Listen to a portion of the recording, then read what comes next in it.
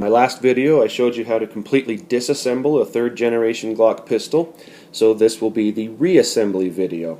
This will be just as easy to do as the disassembly process, but I should still make the same disclaimer, and that is that if you choose to do this yourself, rather than taking your parts to a certified Glock armorer or to a gunsmith, you are taking responsibility for any type of damage that could happen or any safety issues that you could cause. But again, it's not hard to do, so I want to show you how to do it.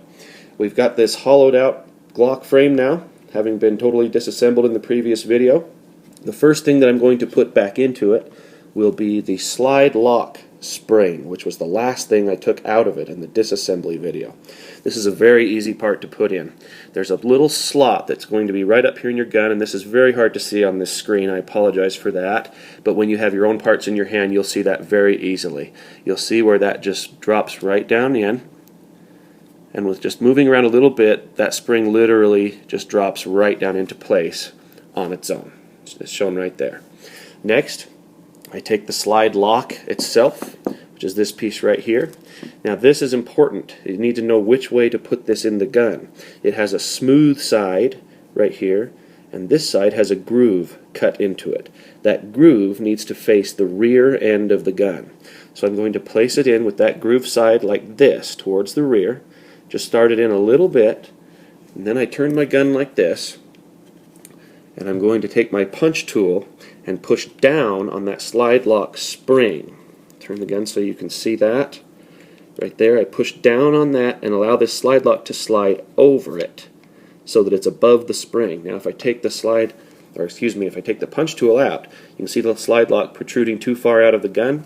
I just push it the rest of the way in until it clicks, and right there it's back in its working position and ready to go. It's all reassembled for that part.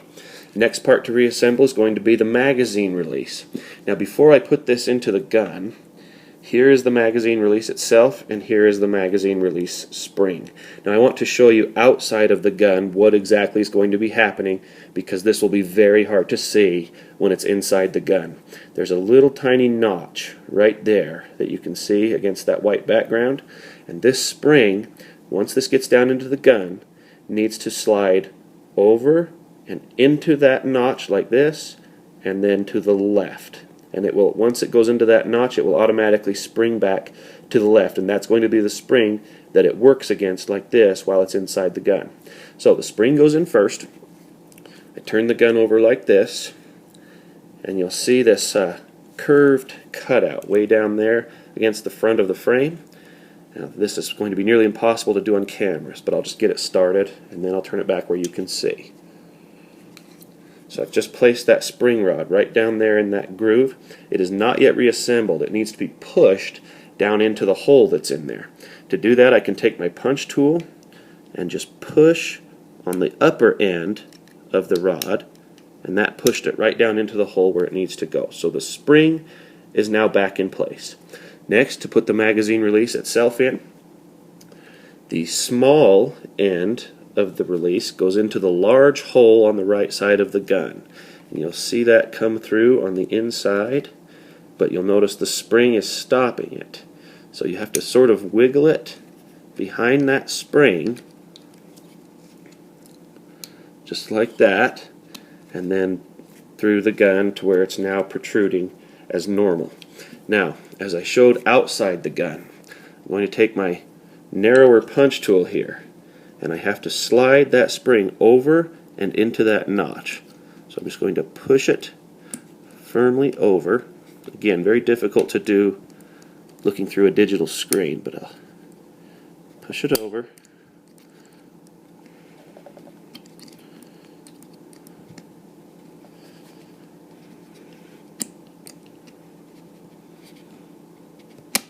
There we go. So it just popped into place, and as soon as it went into that notch, it sprung over to the left where it needs to be. So now this magazine release button is operating again as it should be. The next thing that I'm going to assemble is the trigger assembly. So I'll put my frame to the side for a moment. Here is the trigger housing that you saw in the disassembly video, the trigger spring, the trigger connector, the trigger bar. So to put these things together, I'll first take the trigger connector, and that is going to be placed on this side of the trigger housing, and there's a little slot that the end goes into that I pushed it out from before. So this bent end of the connector is going to go right into that slot, and then I can just press it down until it's pressed flat against the trigger housing like that. Next thing I'm going to do is reattach my trigger spring. Now this is important. This has to go a certain way. You'll notice the little hook on the top and on the bottom. Now it does matter which way that faces. It needs to look like the letter S. So in other words, the top hook and the bottom hook are going to look like the top and bottom of the letter S. So the open end of the top should be on the right as it is now, and the open end of the bottom should be on the left as it is now. So I take this, and this is another thing hard to see on camera, but there's a little hole there that I just hook that spring onto. Let's see. To wiggle it into place a little bit.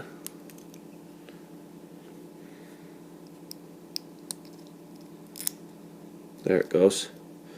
Then turn the trigger bar around, and it has a little hole right there that the other part of the spring, the other part of that S, is going to hook onto. So I just put that right there like that, pull that forward, and now just as I lifted the trigger bar up and counterclockwise before, I'm going to be pushing it down and rotating clockwise this time, so that it slips right into that groove that you can see there. So just like this. Then, next thing I'm going to do is place that entire trigger assembly back into the gun. So the trigger housing is going to go down into this big hole right here, and the trigger itself will slide right down into that opening out into the trigger guard. So I place the housing right in there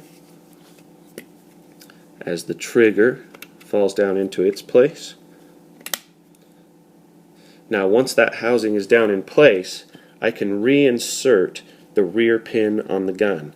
Now there were 3 pins that I removed when I disassembled the gun. It's not difficult to tell which pin goes where. The one that goes in the rear is this one right here, the shortest of all 3. This is also the only pin that is not made of metal, so it's very easy to distinguish from the others. So I'm just going to take this pin, place it into that rear hole, which is going to go through the bottom of the trigger housing and secure it in place. And then just to make sure it's somewhat centered, I can take my punch and just push it in to countersink it a little bit, just like that. Now the next thing that I'm going to do is reinsert the locking block, which is this part right here that your barrel locks against when the gun is assembled. You'll remember that that was removed from right here. So it goes in this direction, and these 2 sides go right down into the top of the frame, right above the trigger, and then I just press that all the way down flat against the top of the frame. Next thing I'm going to do is insert the upper pin right here, the smaller of the 2 pins. So I just place that into this hole right here, push it as far as I can with my fingers, and then the punch will push it the rest of the way. I pushed it just a little too far. You can feel a faint click right in place, right there. Once it clicks, you know it's in the right location. Now the next thing to do is take the larger pin, and this one is going to be inserted from the other side, the right side of the gun, and I'm only going to put it in halfway for now.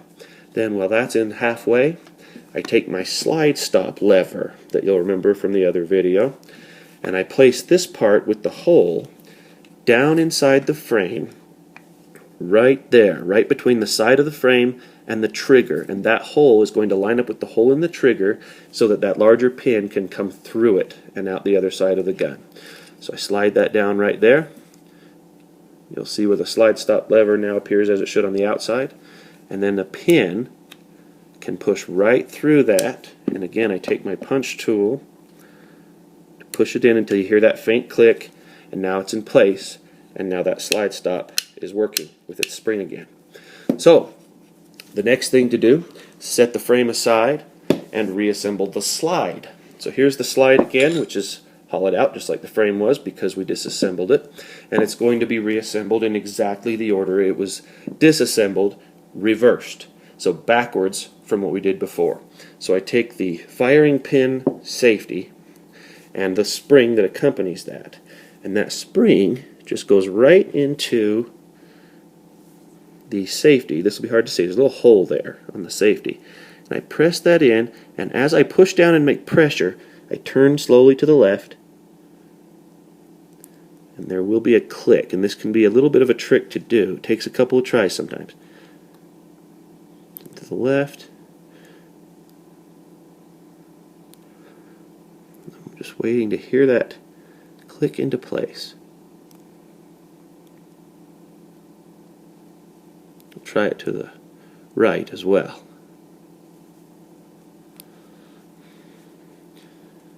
And as I said, this can be a little bit tricky. You can already see this particular time it's taking me several tries. Okay, so now it's in place. It's just clicked into place. Where that goes, right in that hole right there where it was before. So it goes spring first, right into that hole, and just let it drop right into place like that. Then what you're going to do, you'll see it's protruding out, so you push it down with your thumb until you can see. This will be difficult for you in the camera, but through this hole in the slide where the extractor goes, you'll be able to see when you've pushed down far enough that there's a groove in it. Then you take your extractor, and one end of your extractor has what looks like a round plunger. That goes to the rear, so it goes this direction and just drops. As you're pushing that firing pin safety down, with it all the way down, you're going to just drop the extractor into place and then release the firing pin safety, and those two now hold each other into place. Next thing to do is reassemble the extractor rod with its spring. So here's the rod itself, the spring, and the little black plastic plunger that goes in the end of the spring. So I'll put that plunger in the spring first because it was the last thing I took out, and then the spring. There's a little knob on the plunger that spring just pushes gently onto. You'll hear it click just like that. Then that goes in the smaller hole in the back of the slide. It's going to be right down here in this corner. So I take that extractor and just drop it right down in there. It just slides all the way into place like that.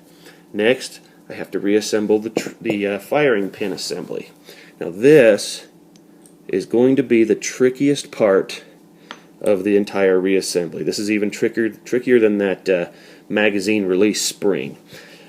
What you're going to do is you need to take this black plastic cylinder and place the firing pin through this end, the end that has a cut in it, and out the other end like that, allowing the rear end of the firing pin to protrude out of that little cut that's in there. Then you're going to have to place this spring on the firing pin like this and compress it all the way down far enough that these cups can be placed against the firing pin and down into the spring. Now this is the part that's tricky, and I'm going to change the angle of this camera a little bit because the easiest way I found to do it is to use the back of the slide as a base. So what you do is you place this in backwards now. Normally the firing pin would go in first, but I'm going to place the cylinder end in first with the striker, or that's what some people call it. It's actually called a firing pin, turned sideways like that so that it stops against the back of the slide. That gives me a pressure point, so to speak. Then what I'm going to do is place the spring over the firing pin like that and push it down. And this will be difficult to do low enough for you to see on the camera, but as that's held down, you place the cups, little half cups, back on the firing pin and let the spring ride up to hold them in place. But the trick is holding the first one in place long enough to insert the second one. It's easier if it's done upright, but you wouldn't be able to see if I did that. So now I've just got them both slid down into the spring. Take that out so you can get a better look at the whole assembly. There are the two black cups pushed against each other against the firing pin inside the spring. And here's the other end of the firing pin assembly. Now it's ready to go back into the slide. So in this hole here, the one that I mentioned in the disassembly video has a liner in it. The center one, firing pin, is just going to go back inside. And you'll see how the bottom of the firing pin still protrudes out the bottom of the slide like this. Last step for reassembly of the slide is to reattach the slide cover, which is this piece right here. Where you see the cutouts in it, that's the bottom, and the smoother side is the inner side. So the outside that we should see is the side with these lines cut into it that you can see there. So what you do, turn this around, and there's just little grooves in the sides of this back of the slide here, so that can slide right into place, but it's going to hit against the back of the firing pin assembly. So you've got to take your thumb and push down on that firing pin assembly as the other thumb slides the slide cover over the top of it, which will hold that firing pin assembly down. But now it bumps into the extractor spring. So you're going to take the punch tool and push down the extractor spring and then slide the slide cover over it just to get it started. Then remove the punch tool, and then from there you can just slide it back up until it clicks like that. So now the slide is completely reassembled. Next step, at this point we're basically back to field stripped condition. So from here the barrel is just going to go into the slide like this, just as I did in reverse when I disassembled it. Firing pin, or excuse me, not the firing pin, but the recoil spring is going to now go back into the gun. It has a flat end and it has a round end. The round end goes in the front in that little hole. So I just push it in, and then I compress the spring and slide it down into its place like this. Then from there, we're almost finished. Just line the slide up with the rails on the frame and slide it back onto the gun all the way to the rear. Let it go forward, and the gun's reassembled. I'll do another video sometime where I can show actually how you clean the parts when you've got it disassembled, and where to use oils and where to use lube. But for now I just wanted to show those two videos on disassembly and reassembly. Although it can void a warranty if it's done incorrectly, it's very easy to do correctly. I actually recommend learning how to do it, and I hope these two videos were helpful for that. But again, easy disassembly and reassembly of a Glock. Now it's all the way put back together into one of the finest handguns on the planet. I hope you've enjoyed this. Thanks again for watching. Goodbye.